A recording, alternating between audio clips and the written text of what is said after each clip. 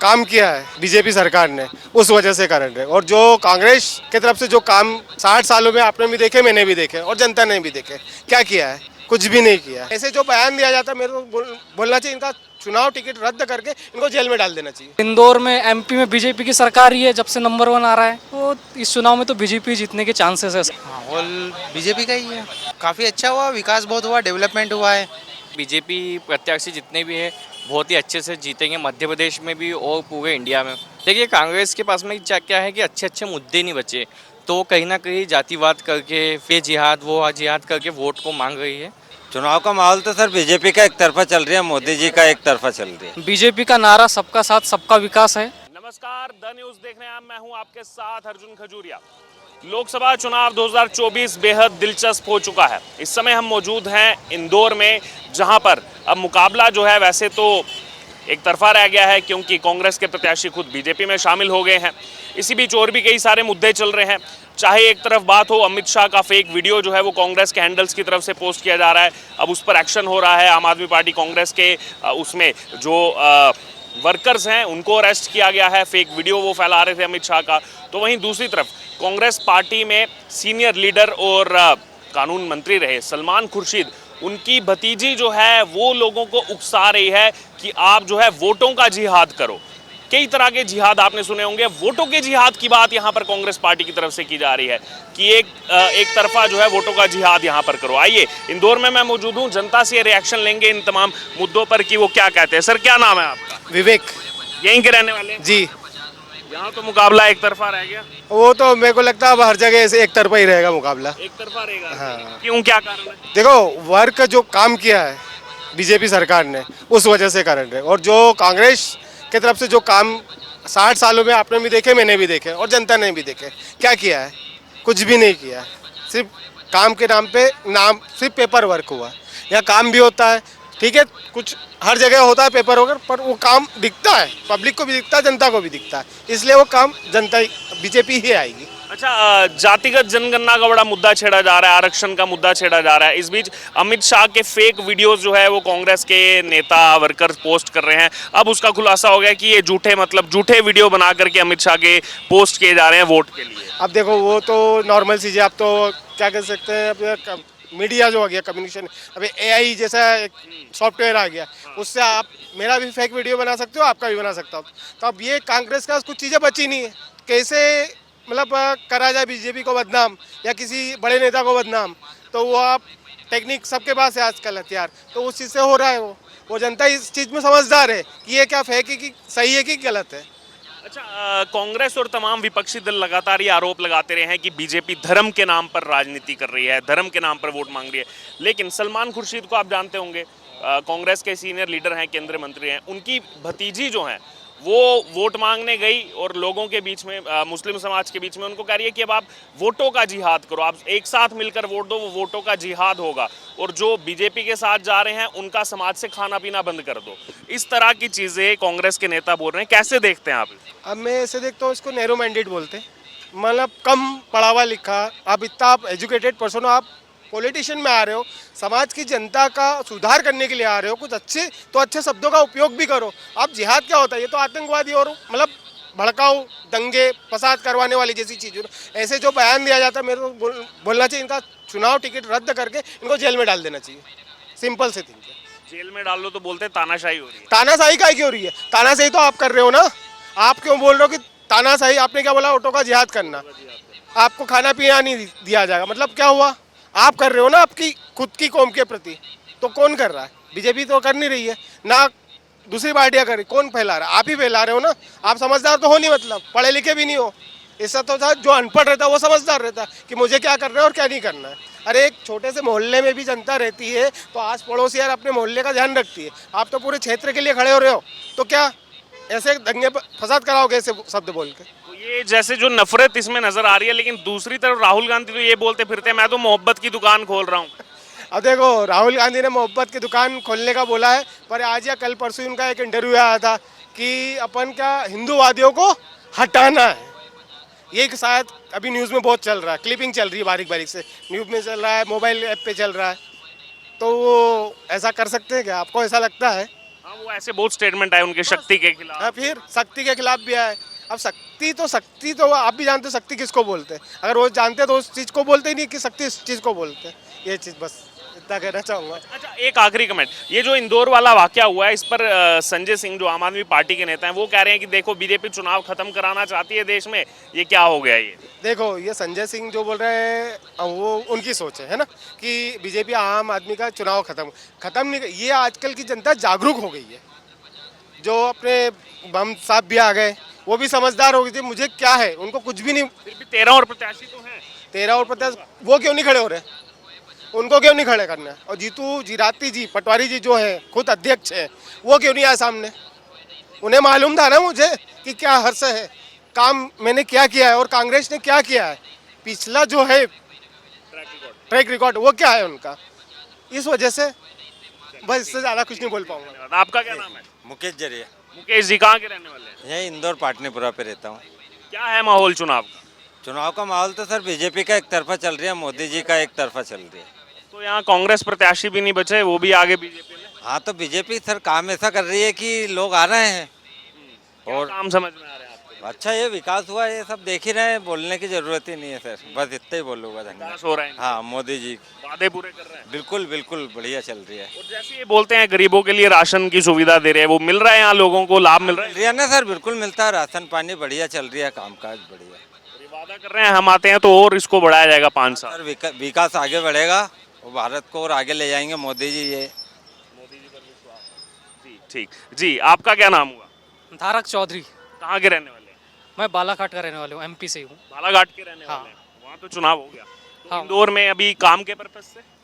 इंदौर में तो बहुत अच्छा काम चल रहा है। अभी आप देख रहे हो कि यहाँ पे विजयनगर में मेट्रो का भी काम चल रहा है और स्वच्छता में तो अच्छा, है। ये मेट्रो का अभी चल रहा है काम। हाँ, तो स्वच्छता में भी अभी नंबर 1 ही है। तो जब से सर्वेक्षण हो रहा है इंदौर ही आता है। इंदौर ही आ रहा है अभी तो। और इंदौर में एमपी में बीजेपी की सरकार ही है जब से नंबर 1 आ रहा है। तो इस चुनाव में तो बीजेपी जीतने के चांसेस है इसके यहाँ ज़्यादा। के जो कांग्रेस प्रत्याशी हैं वो भी बीजेपी में आ गए।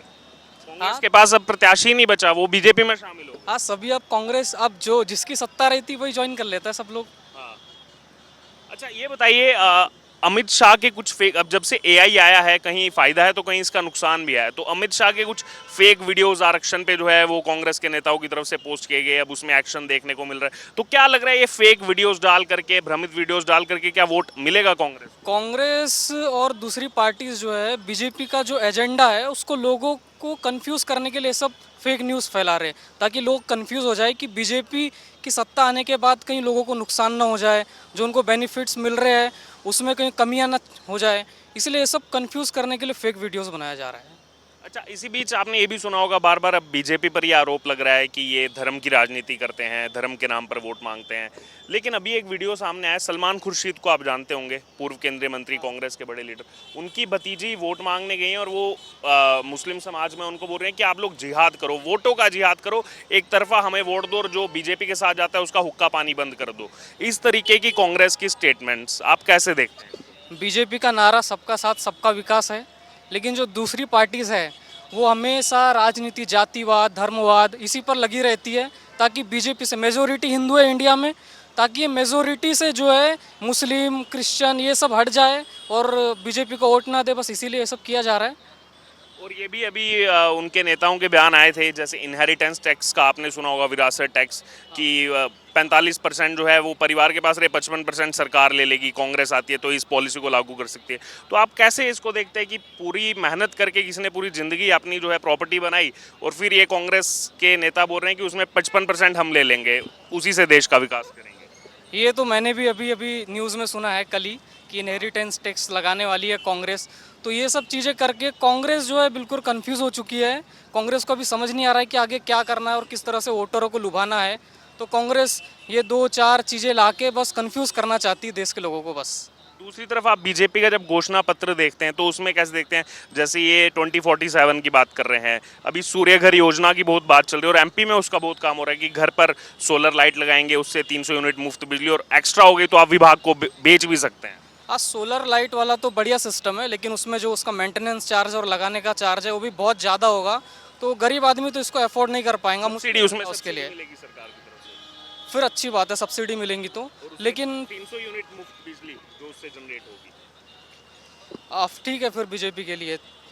और कोई ऐसी योजनाएं जैसे ये आवास योजना की बात करते हैं और बाकी योजनाओं की बात करते हैं, आपको क्या लग रहा है आने वाले टाइम में अगर सरकार बनती है तो उसको ये जैसे बोल रहे हैं कंटिन्यू हम करेंगे? देखिए सरकार आने की तो बात अभी छोड़िए, अभी 2014 से जब से बीजेपी सत्ता में है, मैंने तो अपने गांव में देख लिया कि घर घर शौचालय, घर गांव जहां से चालू होता था और जहां पे ख़त्म होता था वहां पे पूरी गंदी रोड रहती थी। अभी बिल्कुल साफ़ हो चुका है, घर घर शौचालय बन गए। दूसरा आवास योजना, लोग गांव शुरू होता था और गांव के लास्ट में जो कुछ लोग रहते थे पिछड़ी जाति के, झोपड़ियों में रहते थे, लेकिन अब उनके घर अच्छे बन गए हैं, पक्के मकान हो गए। उसके बाद ये सब लाडली लक्ष्मी योजना और भी बहुत सारी योजना जो बीजेपी ने एमपी में चालू की है, तो वो सब योजना तो बहुत अच्छी लगती है। बाकी जो मैनिफेस्टो में है, अब उसमें से 100% तो कोई भी पार्टी लागू नहीं करती है, वो सब वोटरों को लुभाने के लिए रहता है। लेकिन बीजेपी ने जो अभी तक का काम किया है वो बहुत अच्छा है। बहुत अच्छा है, हाँ, तो विश्वास है इन पर। विश्वास तो है। जी क्या नाम है आपका? जी मेरा नाम हर्षित मोहा से है। क्या माहौल लग रहा है चुनाव में? माहौल तो साफ है कि बीजेपी प्रत्याशी जितने भी हैं बहुत ही अच्छे से जीतेंगे, मध्य प्रदेश में भी और पूरे इंडिया में बहुत अच्छे से जीतेंगे। एमपी में सारी सीटें दे दी आपने बीजेपी एमपी में सारी सीटें आएगी। जैसे नाथ कहाँ जाएंगे? नकुलनाथ की सीट जो है वो थोड़े स्ट्रॉन्ग कैंडिडेट है, अब कमलनाथ के लड़के हैं, तो मुझे ऐसा लगता है कि वो जीत सकते हैं। लेकिन बाकी तो सारी सीट भाजपा प्रत्याशियों की होने वाली है। अच्छा, अभी जैसे हम देख रहे हैं टेक्नोलॉजी के युग में एआई का भी बहुत इस्तेमाल हो रहा है। एआई का यूज़ करके कुछ अमित शाह के फेक वीडियो सर्कुलेट किए गए आम आदमी पार्टी कांग्रेस की तरफ से, अब उस पर एक्शन हुआ है। तो क्या लग रहा है फेक वीडियो सर्कुलेट करके क्या जनता का वोट मिलेगा नहीं मिलेगा पार्टी? देखिए जनता जो है आज के ज़माने में मैं समझता हूँ कि बड़ी समझदार हो चुकी है। उन्हें पता है कि आर्टिफिशियल इंटेलिजेंस एआई क्या होता है, तो वो बिल्कुल भी कांग्रेस के झांसे में नहीं आएगी और भाजपा को भारी मतों से जिताएगी। अच्छा, इसी बीच अभी जो है सलमान खुर्शीद का आपने नाम सुना होगा, कांग्रेस के वरिष्ठ नेता, पूर्व में केंद्र सरकार में मंत्री रहे हैं। उनकी भतीजी हैं वो अभी फर्रुखाबाद उत्तर प्रदेश में वो वोट मांगने गई लोगों के बीच में, मुस्लिम समाज के बीच में बैठी थी। तो उन्होंने उनसे कहा कि आप जिहाद करो, आप वोटों का जिहाद करो, सभी एक तरफा वोटों का जिहाद करके हमको वोट दो। तो अब ये कई जिहाद सुने थे, वोट जिहाद भी नया टर्म आ गया मार्केट में। देखिए कांग्रेस के पास में क्या है कि अच्छे अच्छे मुद्दे नहीं बचे, तो कहीं ना कहीं जातिवाद करके फिर अपने ये जिहाद वो जिहाद करके वोट को मांग रही है, जो कि बिल्कुल मैं समझता हूँ कि स्वतंत्रता के खिलाफ है। कहीं ना कहीं भाजपा प्रत्याशी को इससे और ज़्यादा फायदा होगा, वो भारी मतों से जीतेंगे। एक तरफ आपने देखा होगा राहुल गांधी पिछले कुछ महीनों से लगातार इस बात पर जोर दे रहे हैं कि मैं न्याय के लिए यात्रा निकाल रहा हूँ, नफरत के बाजार में मोहब्बत की दुकान खोल रहा हूँ। तो वहीं इनके जब कांग्रेस के नेता ये इन्हीं ने आगे स्टेटमेंट में बढ़ाया कि जो बीजेपी का साथ दे उसका हुक्का पानी बंद कर दो। तो ये क्या मोहब्बत है राहुल गांधी की, यहाँ कैसे देखते हैं? बिल्कुल भी नहीं, ये कोई मोहब्बत नहीं होती। अपने देश की जो मोहब्बत होती है वो लोगों को जोड़ना होती है, ना कि तोड़ना। भारत जोड़ो यात्रा बहुत अच्छी थी, लेकिन उसमें लोगों को जोड़ना ज़्यादा अच्छी चीज़ है, ना कि ये लोगों को मतलब अलग अलग करके तोड़ना।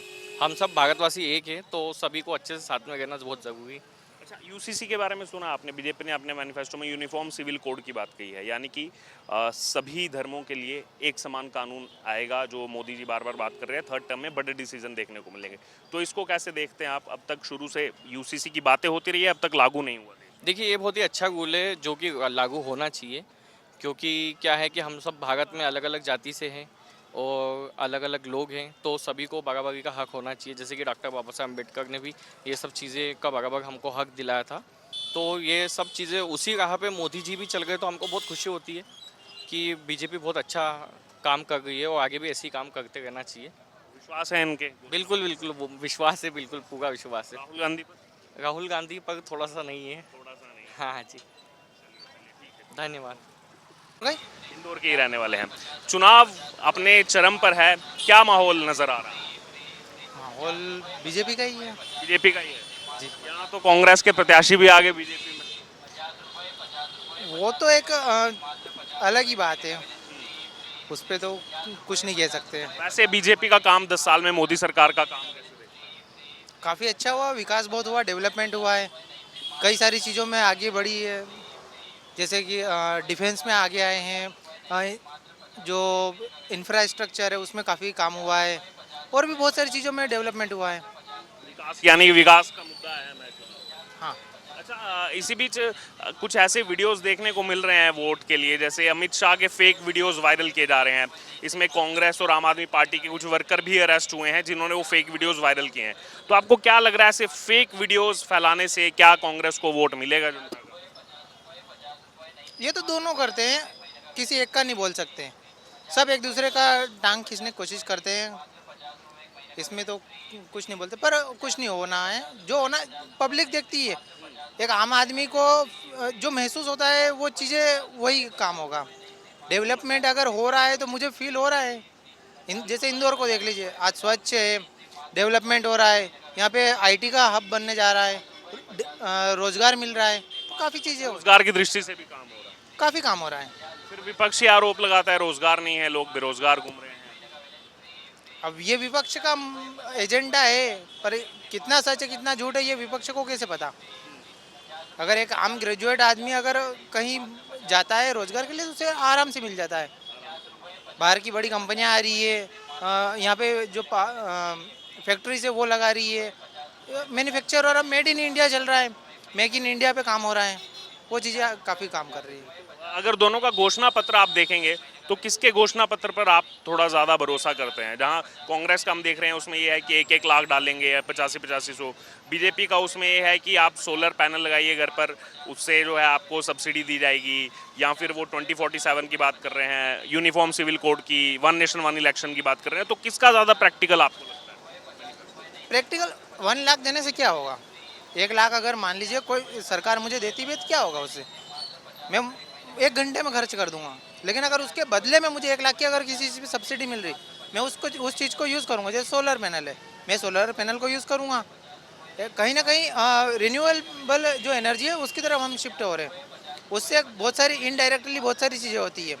अगर मैंने सोलर पैनल लगाया है तो मैं मार्केट से खरीदूंगा, जो मैन्युफैक्चर कंपनी है जो बना रही है इंडिया में, वहाँ पे डिमांड बढ़ेगी तो वहाँ पे एम्प्लॉयमेंट जनरेट होगा। सारी एक दूसरे से एक चेन बनी हुई है, वो एक दूसरे से कनेक्टेड है। तो आ रहे हैं मोदी जी इस बार। जी जरूर। क्या नाम हुआ आपका? अतुल चौहान। अतुल चौहान, कहाँ के रहने वाले? डोडर। अच्छा, किसकी सरकार बना रहे हो इस बार? कमलनाथ। कमलनाथ की? अच्छा, कमलनाथ तो लड़ नहीं रहे हैं चुनाव। भाई को पूछो। और यहाँ पे तो कांग्रेस का कैंडिडेट भी नहीं है। अरे कोई मुझे अपने को से क्या, कोई मुझे अपने क्या, अपने काम करना है बस। कोई मुझे अपने कोई मतलब नहीं है। चलिए,